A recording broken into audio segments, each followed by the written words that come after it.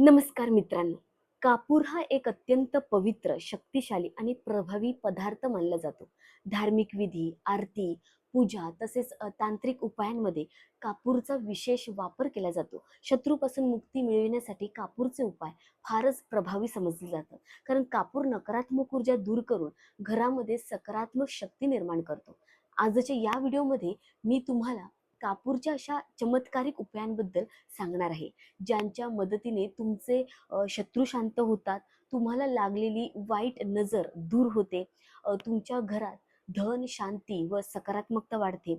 म्हणून हा व्हिडिओ शेवटपर्यंत लक्षपूर्वक जरूर पहा. तर मित्रांनो, आज बघा, कापूरचे महत्त्व पहिलं मी तुम्हाला सांगते. शुद्धता आणि सकारात्मक ऊर्जा त्यामुळे निर्माण होते. कापूर त्याच्या शुद्धतेसाठी आणि शक्तिशाली ऊर्जेसाठी ओळखला जातो. कापूर जाळल्याने वातावरणातील अशुद्धता, नकारात्मक शक्ती आणि वाईट ऊर्जा नष्ट होतात. ज्या घरात नियमितपणे कापूर जाळला जातो त्या घरात शत्रूंचा वाईट प्रभाव टिकत नाही. व्हिडिओच्या शेवटी मी तुम्हाला कापूरशी संबंधित काही खास छोटे पण अत्यंत प्रभावी उपाय देखील सांगणार आहे. तर मित्रांनो, शत्रूंच्या क्रियांची लक्षणे. आता बघा, आजच्या काळात शत्रू थेट समोर येत नाही, तर ते पाठीमागून वार करतात, बरोबर ना? जर तुमच्या आयुष्यात अचानक पैशांची हानी होत असेल, किंवा घरात अपघात होत असतील, आजारपण वाढले असेल, कामे अडकत असतील, पैशांची कामं अडत असतील, सतत मानसिक ताणतणाव जाणवत असेल, तर समजा शत्रू तुमच्या विरुद्ध काहीतरी करत आहे. आजचा काळ असा आहे की जो माणूस पुढे जातो, पैसा कमवतो, यश मिळवतो, त्याच्या पाठीमागे एक नाही तर अनेक शत्रू तयार होत असतात.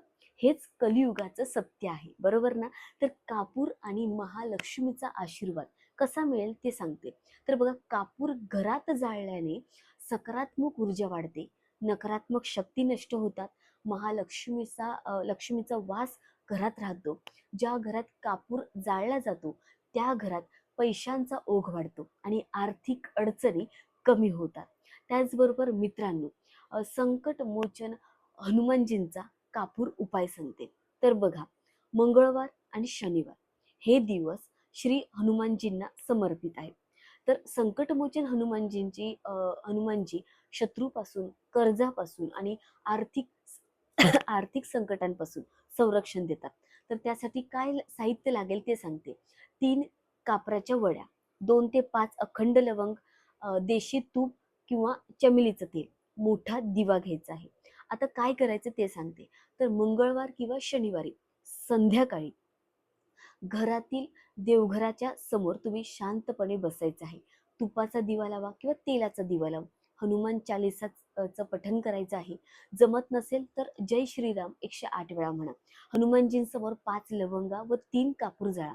त्याचा धूर संपूर्ण घरात तुम्हाला फिरवायचा आहे. तो धूर संपूर्ण घरात दाखवा. त्यानंतर तुम्हाला प्रार्थना करायची आहे.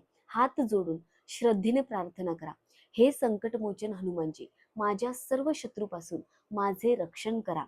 आणि जी काही राख होईल त्याचं विसर्जन तुम्हाला करायचंय.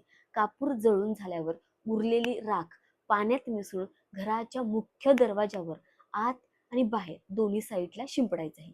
आता बघा, उपाय मंगळवारी शनिवारी करायचा आहे आणि राख तुम्हाला बुधवारी किंवा रविवारी शिंपडायची, म्हणजे दुसऱ्या दिवशी.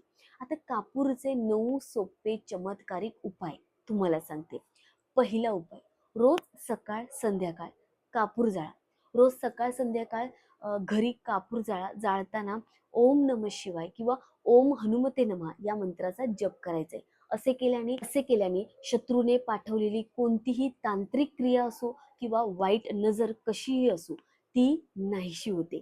पितळेच्या वाटीत ते जाळायचं आहे. शत्रूची नजर व तंत्रमंत्र नष्ट होतात. त्यानंतर तिसरा उपाय, कापूर आणि काळे तीळ. कापूर आणि काळे तीळ, मातीच्या दिव्यामध्ये कापूर आणि काळे तीळ ठेवून द्यायचं. तो दिवा घराच्या मुख्य दारावर ठेवा. ओम क्लीम काली कल्याण नमः या मंत्राचा जप करा. असे केल्याने शत्रूचे वाईट हेतू निष्फळ करतो. मुख्य दरवाजाजवळ दिवा ठेवा. शत्रूंचे हेतू निष्फळ होतात. आता चौथा उपाय, कापूर आणि तुरटी. कापूर आणि तुरटी समप्रमाणात मिसळून घराच्या चारही कोपऱ्यात ठेवा. नकारात्मक ऊर्जा दूर होते, घरातील शत्रू नष्ट होतात. तर घराच्या चारही कोपऱ्यात तुम्हाला ठेवायचं आहे, त्यामुळे नकारात्मक ऊर्जा दूर होते. आता 5वा उपाय, कापूर आणि लाल कपडा. लाल कपड्यामध्ये कापराचे तुकडे भरायचे आहेत. उजव्या हाताने स्वतःवरून फिरवायचं आहे. पुढे शत्रूच्या नावाचा जप करायचा आहे. वाहत्या पाण्यात ते सोडून द्यायचं. याने शत्रूंची ऊर्जा नाहीशी होते आणि तुमचीही सुरक्षा होते. वाहत्या पाण्यात सोडा, शत्रूंची ऊर्जा नष्ट होते. कापूर तावीज मध्ये भरायचं आहे. आता कसं काय, तर तावीज कापूरमध्ये काळे तीळ चांदीच्या तावीजमध्ये भरा. लाल धाग्यात बांधून गळ्यात घाला किंवा उजव्या हातात बांधा बाजूदंडावर. आणि तावीज सर्व प्रकारच्या नकारात्मकतेपासून, शत्रूंच्या अडथळ्यांपासून तुमचं संरक्षण करते. गळ्यात किंवा उजव्या हातात तुम्हाला बांधायचं आहे, त्यामुळे पूर्ण संरक्षण मिळणार आहे. आता 9वा उपाय, शेवटचा, कापूर आणि लिंबू. कापूर आणि लिंबाचा शक्तिशाली उपाय. लिंबाचे 4 भाग करा, छोटे छोटे तुकडे करा, शत्रूचं नाव घेऊन एका निर्जन ठिकाणी फेकून द्या. हा उपाय शत्रूंची नकारात्मकता थांबवण्यासाठी केला जातो. लिंबाचे 4 भाग करून निर्जन ठिकाणी टाका, नकारात्मकता थांबते. आता आध्यात्मिक आणि वैज्ञानिक फायदे सुद्धा जाणून घेऊयात.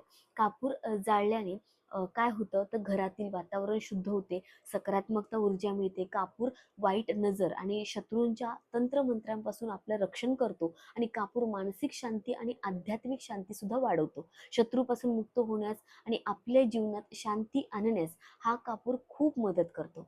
आध्यात्मिक आणि वैज्ञानिक फायदे सांगते. वातावरण शुद्ध होते, मानसिक शांतता मिळते, नकारात्मकता नष्ट होते, आत्मविश्वास आपला वाढतो. तर मित्रांनो, बघा, महत्वाची खबरदारी तुम्हाला काय घ्यायची आहे इथे, तर पूर्ण श्रद्धा आणि विश्वास ठेवून हा उपाय तुम्हाला करायचा आहे. पूजास्थान, तुमचं पूजा घर स्वच्छ ठेवा. उपाय करण्यापूर्वी स्वतः स्नान करा आणि शत्रूचं नाव मनात ठेवा, बोलू नका. कोणताही उपाय करताना शत्रूचं नाव पुन्हा पुन्हा मनात ठेवायचं आहे, पण इतरांसमोर मात्र बोलू नका. तर मित्रांनो, हे उपाय नियमित केल्यास नक्कीच तुम्हाला शत्रूपासून मुक्ती, शांती आणि समाधान मिळेल. जर काही शंका असतील तर कमेंटमध्ये नक्की विचारा.